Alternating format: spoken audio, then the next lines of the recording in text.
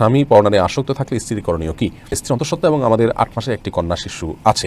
আমার মাসিক আয় খুবই কম। এমত অবস্থায় আমরা কি বাচ্চা অ্যাবর্শন করলে পাপের ভাগীদার হব? আমি আমার স্ত্রী থেকে অনেক দূরে থাকি, এতে কি তার প্রতি অবিচার হচ্ছে? আমাদের সমাজে দিন দিন পরকীয়ার সংখ্যা বৃদ্ধি পাচ্ছে, এজন্য অনেকের সংসার ভেঙে যাচ্ছে, এদিকে পরিত্রাণের উপায় কি? ইসলামের সৎ মা এবং সৎ ভাই বোনের প্রতি কর্তব্য কি? মোজা পায়ে থাকলে ওযু করার সময় মাসা করলে ওযু হবে কি না? আর বিলম্ব না করে শুরু করি আপনাদের প্রশ্ন উত্তর দেওয়ার পালায়। জয়নুল আবেদিন, আপনি জানতে চেয়েছেন মোজা পায়ে থাকলে ওযু করার সময় মাসা করলে ওযু হবে কি না? আরব কান্ট্রিতে এমন দেখা যায়, এর বিধান কি? মোজা যদি পায়ে থাকে ওযু করার সময় মোজার উপরে মাসা করে নিয়ে চলবে, কিন্তু সে মোজা হয় চামড়া হতে হবে, আর কাপড়ের মোজা হলে এত শক্ত হতে হবে যে যেটা পরে নর্মালি হাঁটা যায় অনেক দূর পর্যন্ত, এবং খুব বেশি পাতলা যেন না হয়, এটি এনশিওর করতে হবে। তাহলে সেক্ষেত্রে কাপড়ের মোজাতেও মাসা করা যাবে। আরব কান্ট্রিতে যেটি হয় সঠিক আছে, আপনি যেটি দেখেছেন, অজু করার পর, পূর্ণাঙ্গ অজু করার পর যেখানে হাত পাও ধোয়া হয়েছে, সেই অজুর পর অজু অবস্থায় যদি মোজা পরা হয়, তাহলে বাসা বাড়িতে থাকা অবস্থায় 24 ঘন্টার মধ্যে যতবার অজু হবে মোজা না খুলেই, পাও না ধুয়ে মোজার উপরে শুধুমাত্র ভিজা হাত মোজার উপরে অংশ দিয়ে মাসা করলেও চলবে। বিশেষ করে অ্যাজমার রোগী যারা আছেন তারা এটাকে অ্যাপ্লাই করতে পারেন। আর সফরে থাকলে, জার্নিতে থাকলে 3 দিন 3 রাত পর্যন্ত এই সুবিধা পাওয়া যাবে। এরপরে মারিয়া হাসান, আপনি জানতে চেয়েছেন ইসলামের সৎ মা এবং সৎ ভাই বোনের প্রতি কর্তব্য কি? ইসলামের সৎ মা এবং সৎ ভাই বোনের প্রতি, আসলে সৎ মায়ের প্রতি দায়িত্ব আছে, সৎ ভাই বোনের প্রতিও দায়িত্ব আছে, কিন্তু সেই দায়িত্বটা আপন ভাই বোনের মতো নয়। যেমন তারা আপনার পরিত্যক্ত সম্পদ পাবেন না, কিন্তু সৎ মা বাবার স্ত্রী হওয়ার কারণে তার প্রতি আপন মায়ের মতো না থাকলেও তার প্রতি আপনার সদাচরণ করা আপনার কর্তব্যের অংশ। তার খেয়াল করা, তার প্রতি আন্তরিক হওয়া, যতটুকু আপনার তৌফিক করা, এটা আপনার করা উচিত। সৎ ভাই বোনের ক্ষেত্রে একই কথা, তারাও আপনার ভাই বোন, যদিও আপন ভাই বোনের মতো তারা আপনার সম্পদের ভাগ বা অন্যান্য বিষয়গুলো তাদের জন্য প্রযোজ্য হবে না।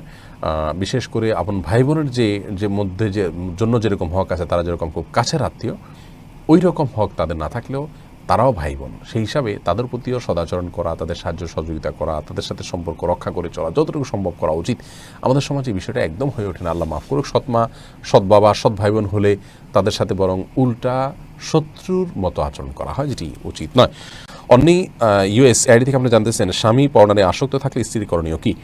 স্বামী যদি পরনারে আসক্ত হন, আল্লাহ মাফ করুন, এই রোগটি এখন ভয়াবহ আকার ধারণ করেছে, তাহলে স্ত্রীর প্রথম করণীয় হলো স্বামীকে পরনারে আসক্তি থেকে বাঁচানোর জন্য তার ভিতরে তাকওয়া জাগ্রত করা, আল্লাহর ভয় জাগ্রত করা, কাউন্সেলিং করা, তাকে বোঝানো, চোখের পানি দিয়ে, আন্তরিকতা দিয়ে, ভালোবাসা দিয়ে তাকে বোঝানো উচিত। নিজে না পারলে অন্য যাদেরকে দিয়ে বোঝালে আল্লাহর ভয় তার ভিতরে জাগ্রত করা যাবে, তাকওয়া জাগ্রত করা যাবে, সেই চেষ্টা তার অব্যাহত রাখা উচিত, দাওয়াতি কাজ চালানো উচিত। সেই সাথে স্বামী নিজেকে সাজিয়ে গুছিয়ে যথাসম্ভব সুন্দরভাবে উপস্থাপন করবেন এবং স্বামীকে আকৃষ্ট করার চেষ্টা করবেন। স্বামী যাতে বিপদগামিতার দিকে না বাড়ায়, সেই জায়গা থেকে নিজের সকল করণীয় তিনি করবেন ইনশাআল্লাহ বিদিনিল্লাহ। সেই সাথে তৃতীয়ত আল্লাহর কাছে খুব বেশি বেশি দোয়া করবেন, ইস্তেগফার করবেন এবং তার হেদায়েতের জন্য দোয়া চাইবেন এবং তার গুনাহ মাফের জন্য দোয়া চাইবেন। এই কাজগুলো তার করা উচিত। যদি কোনো স্বামীকে ফোর্স করার সুযোগ থাকে, তাহলে সেখানে ফোর্সও করবেন, এবং সেই ফোর্স করতে গিয়ে যদি তার প্রতি অন্য কাউকে দিয়ে ফোর্স করাতে গিয়ে যদি তারপরে প্রেশার দেওয়া হয় এবং সেই প্রেশার দেওয়ার মাধ্যমে সে যদি অন্যায় থেকে ফিরে আসে, তাহলে সেটাও জায়েজ আছে, কোনো অসুবিধা নেই। কারণ অন্যায় কাজ থেকে, হারাম কাজ থেকে বাঁচানোর জন্য সেই কাজটি করা। আর এর কোনোটি যদি করা সম্ভব না হয়, তাহলে সেক্ষেত্রে স্ত্রী চাইলে স্বামীর এই অনাচারকে সয়ে তার সাথে সংসার করতে পারেন, এই জন্য তার কোনো গুনাহ হবে না।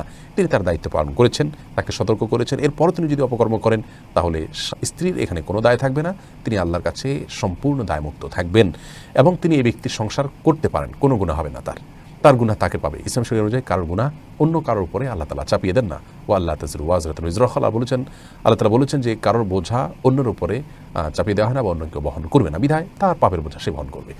আর যদি এ ধরনের পাপ থেকে আপনার তাকে বিরত না রাখা, তার এ ধরনের পাপে সে লিপ্ত থাকার কারণে স্ত্রী তার সাথে সংসার করতে ইতস্তত বোধ করেন, তার কাছে অস্বস্তি লাগে, তার কাছে খারাপ লাগে, তাহলে সেক্ষেত্রে আপনার এরকম স্বামীর ঘর তিনি করলেন না, তার থেকে তালাক চাইলেন, সে অধিকার তার আছে, তিনি চাইলে তার থেকে বিচ্ছেদ চেয়ে নিতে পারেন, আর চাইলে তিনি থাকতেও পারেন। মোহাম্মদ ইমরান হোসেন, আপনি জানতে চেয়েছেন আমাদের সমাজে দিন দিন পরকীয়ার সংখ্যা বৃদ্ধি পাচ্ছে, এজন্য অনেকের সংসার ভেঙে যাচ্ছে, আবার কারো সন্তানের মুখের দিকে তাকিয়ে সংসার চলছে। কেন যুব সমাজ দিন দিন এই হারাম ও ঘৃণ্য কাজে লিপ্ত হচ্ছে, এদিকে পরিত্রাণের উপায় কি? ভাই ইমরান, পরকীয়ার যেভাবে বিস্তার হচ্ছে আমাদের দেশে সেটি সত্যিই খুব ভয়াবহ। এভাবে যদি চলতে থাকে তাহলে আমাদের যে সমাজের যে সৌন্দর্য আছে, সাংসারিক জীবনের যে একটা বিউটি আছে সেটা কিন্তু আর থাকবে না। আর পরকীয়া দিন দিন বেড়ে চলেছে, এটির মূল কারণ আমরা যদি উল্লেখ করতে চাই তাহলে বলতে হবে যে কোরআন এবং হাদিস অনুযায়ী বা ইসলামকে প্র্যাকটিস করার ব্যাপারে আমাদের আগ্রহ কম থাকা, বিশেষ করে পারিবারিক এবং দাম্পত্য জীবনে। বহু পরিবার আছে এমন যারা বিবাহ থেকে নিয়ে দাম্পত্য জীবনের শুরু এবং প্রথম অংশ পর্যন্ত সব কিছুতেই আল্লাহর অবাধ্যতা এবং নাফরমানিতে তারা লিপ্ত থাকেন। প্রকৃত মুসলিম আমরা কয়জন মানুষ সেটা আসলে বড় করে প্রশ্ন রাখার মতো বিষয়। যারা পরিপূর্ণভাবে আল্লাহ রাব্বুল আলামিনের কাছে নিজেকে আত্মসমর্পণ করে দিয়েছেন এমন ইমানদার, এমন মুসলিম আমরা কয়জন আছি, এই প্রশ্নটা খুব বড় করে রাখাই যায়।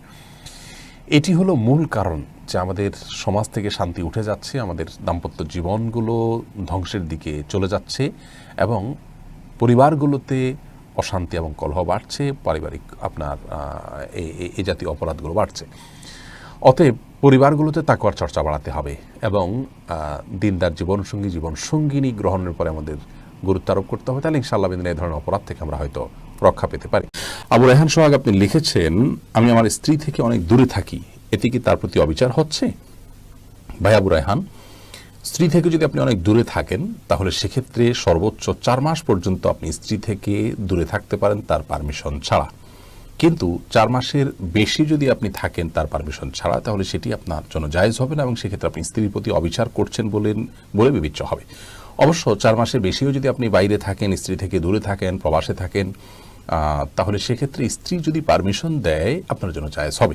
স্ত্রী যদি আপনার জন্য অনুমোদন করে যে হ্যাঁ ঠিক আছে আমি সবর করব, আমার আব্রুকে আমি রক্ষা করে চলব এবং আমাদের কল্যাণার্থে আপনি থাকছেন বাইরে বা দূরে, তো সেটি তিনি যদি মেনে নেন তাহলে আপনার জন্য জায়েজ হবে। তার মানে আপনি বাইরে থাকতে হলে দীর্ঘ সময় পর্যন্ত আপনাকে সংশ্লিষ্ট দেশের ভিসা যেরকম নিতে হবে, আপনার নিজের দেশ থেকে যেরকম ক্লিয়ারেন্স নিতে হবে, একইভাবে আপনার স্ত্রী থেকেও ভিসা বা অনুমোদন নিতে হবে যদি আপনি বিবাহিত হয়ে থাকেন।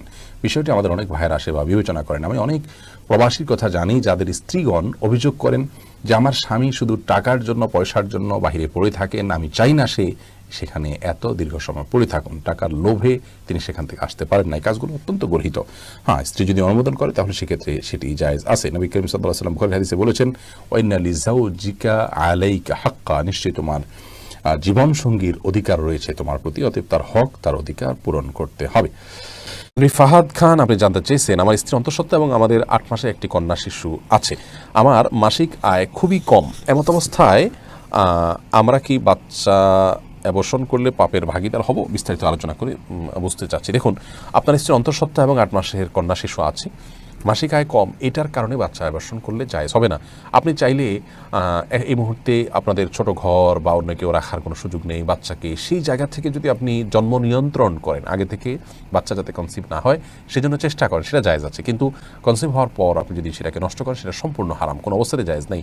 আর জন্ম হওয়ার আগে থেকে যে নিয়ন্ত্রণ করবেন জন্ম নিয়ন্ত্রণ অস্থায়ী পদ্ধতিতে, সেটা জায়েজ হবে তখন যদি এখানে বাচ্চা কি খাবে, কি পড়বে এই চিন্তাটা আপনার না থেকে এর চেয়ে ভালো কোনো চিন্তা থাকে। শারীরিক কোনো কারণ থাকতে পারে, পরিবেশগত কারণে এখন বাচ্চা নিতে চাচ্ছে না, সেটা হতে পারে। কি খাবে, আমার উপার্জন কম, এই চিন্তা থেকে যদি আপনি এই জন্ম নিয়ন্ত্রণ করেন তাহলে সেটা কিন্তু জায়েজ হবে না। তার কারণ হলো আমাদের প্রত্যেকের রিজিকদাতা আল্লাহ, এই বিশ্বাসের সঙ্গে এটি অসঙ্গতিপূর্ণ। আপনি যদি মনে করেন যে আমাদের রিজিকদাতা আল্লাহ রাব্বুল আলামিন, তাহলে সেক্ষেত্রে আপনার এই বিষয়টা নিয়ে এত বেশি অরিড হওয়া এবং এটার কারণে আপনার জন্ম নিয়ন্ত্রণ করার কথা নয়। যে পৃথিবীতে জন্মগ্রহণ করবে তার রিজিকের দায়িত্ব আল্লাহ তাআলা। ওমা মিন দাব্বাতিন ইল্লা আলাল্লাহি রিজকুহা, জলে স্থলে যত প্রাণী আছে প্রত্যেকের রিজিকের দায়িত্ব আল্লাহ রাব্বুল আলামিনের উপরে। অতএব এই